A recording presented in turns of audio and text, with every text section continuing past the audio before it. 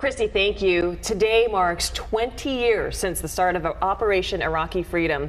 The invasion of Iraq affected hundreds of thousands of families around the nation, including here in San Diego. Throughout the operation, hundreds of San Diego-based service members and residents were killed in Iraq. Most of the local troops who served there were from the Camp Pendleton-based 1st Marine Expeditionary Force. That unit took part in some of the war's fiercest fighting, including the battle for the city of Fallujah. And our guest this morning was only 12 years old and in Iraq when the bombing of Baghdad began. Joining us live now is Iraqi-American human rights activist Faisal Saeed Al-Mutar. Thanks for being here. We appreciate it. Thank you for having me. Hard to believe 20 years ago, I was live on the air when those first images came in. I still remember the bright green lights of the bombs going back and forth. Where were you? We mentioned you were 12 years old. We were in our house in Baghdad on the airport road where the U.S. tanks were rolling to enter Baghdad. For me, it was very shocking as the national television in Iraq were telling us that the American army and the British army were being defeated in the south.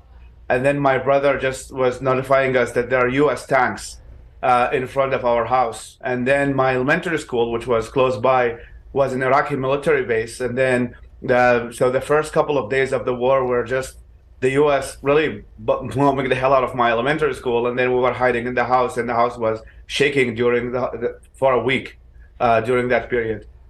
You were 12 years old. You know what? It's interesting to hear your perspective back here in San Diego. My father served in that war. He was on the USS Coronado at the time.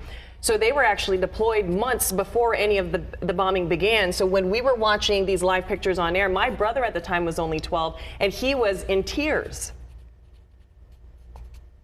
Yeah, I mean, it was for us. I mean, for me and my family, we were just in a complete state of shock, especially for my parents who lived their entire lives under the regime of Saddam Hussein. And for us, he was kind of like a demigod of some sort. So it was really hard to believe this was all real in the first place. And then, I mean, unfortunately, I mean, it took only a couple of weeks of kind of peace after the removal of Saddam, in which my neighborhood, which was actually where a lot of generals used to live, Iraqi generals used to live, became a hub for Al-Qaeda. And then things escalated from there. So there were only kind of a short period for people there to actually kind of reflect.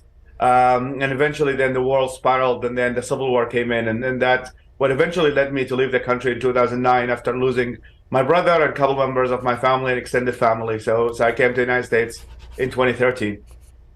So you lost your brother, you come to the United States. It must have just all been a whirlwind, so surreal for you. Was the death of your brother just the tipping point for you to say, I need to get out of here? And did your family try to leave afterwards or any time before then? Yeah, I mean, well, the killing of my brother, I mean, unfortunately, the month in which he was kidnapped and killed were the weeks in which I unfortunately had to walk on dead bodies going to high school. Oh. So it was just one bad event as a result of many other extreme events. And I myself received a death threat when I was in school. So that I would say a combination of all of these factors led me to leave in Iraq in 2009. My parents, actually, my dad, he studied in the United Kingdom, and he went back to Iraq in the 90s, believing that because of his higher education, he wanted to come and help the people back in his home country. So my parents didn't want to leave. And in ways, we had to actually drag them after me and my siblings who survived when we came to the United States, we dragged them here because my dad wanted to continue being a surgeon there and try to help the people. So that's kind of the family that I belong to. Well, you are now an Iraqi-American human rights activist. What do you think was the legacy of Operation Iraqi Freedom? Can you talk a little bit about that before we let you go? Well, it's definitely a mixed legacy. I just came back from Iraq. I opened an office for my organization, Ideas Beyond Borders, over there, and there was a significant amount of development, economic developments, especially in the northern part of the country. I was able to reconnect with some of my high school friends from Baghdad who were telling me that the situation was getting relatively better and safer. So, I mean, it's definitely a mixed legacy. I mean, the thing is that there are definitely some kind of good signs of developments in Iraq happened as a result of the war. We had a peaceful transition of power.